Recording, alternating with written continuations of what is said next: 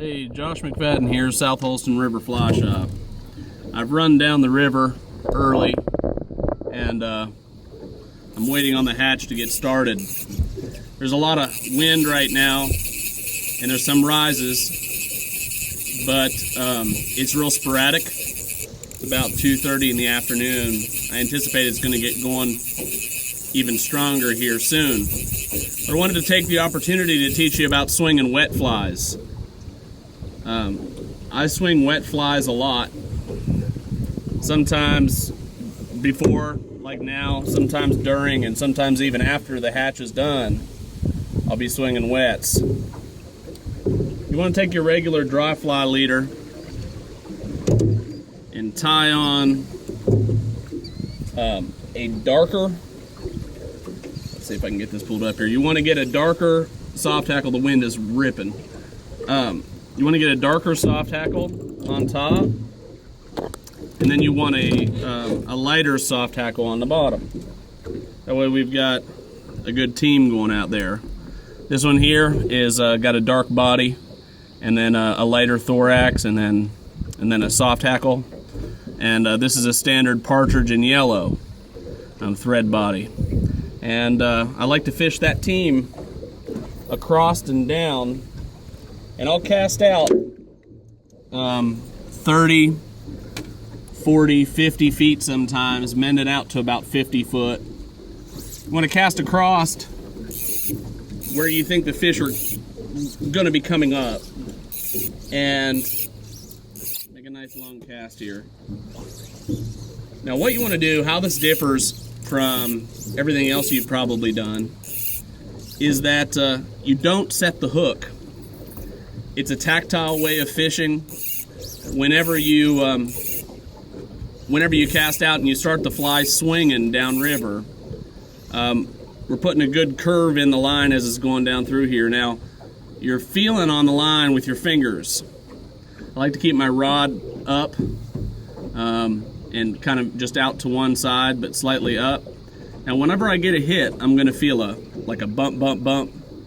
And what I want to do at that time is resist the urge to set the hook, and I just want to raise the rod up slow over a 3 count. That's going to ensure that I get the fish to stay on. After the fish is on, I prefer to strip the fish in. Tried it reeling in as well, and with so much line out, a lot of times what happens is the fish will bounce off if you're reeling, you know. Crank it on the reel and you'll lose the fish. So I'm gonna swing some wets here and cast across a few times, let it swing straight down below me. Now after it's drawn up tight down below me, I don't have to just sit static and not do anything. I can move my rod to the other side. For instance, if I were standing in the middle of the river, this would also be an effective technique, setting up above fish that are coming up. It's important to me that the flies don't have any weight in them. Whenever I'm specifically swinging soft hackles, I want them to be pretty much tied on dry fly hooks and be right in the strike zone in the film all the time. That's going to ensure that the fly is right there looking like it's struggling to get off. If we have sometimes we have beads and so forth on, and those are good, I think, for having one in a nymph rig. But as far as swinging one, I prefer for them to be weightless. I'm going to make another cast here.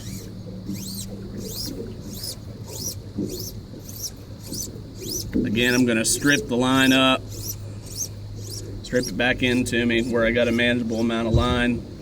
I'm going to cast out about 30 foot, and I'm going to mend, make one big mend in the line, and I want to pay the rest of like 40, 50 foot of line out. I want to hold my rod up and maintain contact with the flies so that I can feel the bumps. Whenever you get a tap, you're going to feel bop, bop, bop. And at that time, you don't want to set the hook. You want to raise the rod up slow. And the fish will be on there. I see I got the line kind of threaded through my fingers here. I want to keep my rod up high. Don't set the hook. Don't set the hook. That's the only thing that you can mess up. You just raise up slow. 1, 2, 3, raising the rod up, and the fish will be there. I'm gonna see if I can get me one here in a minute. All right, so I've just been swinging wets for a few minutes, and brought another fish in. Nice brown. He ate the darker of the soft hackles. I'm gonna try to get some more footage here. Turn him back.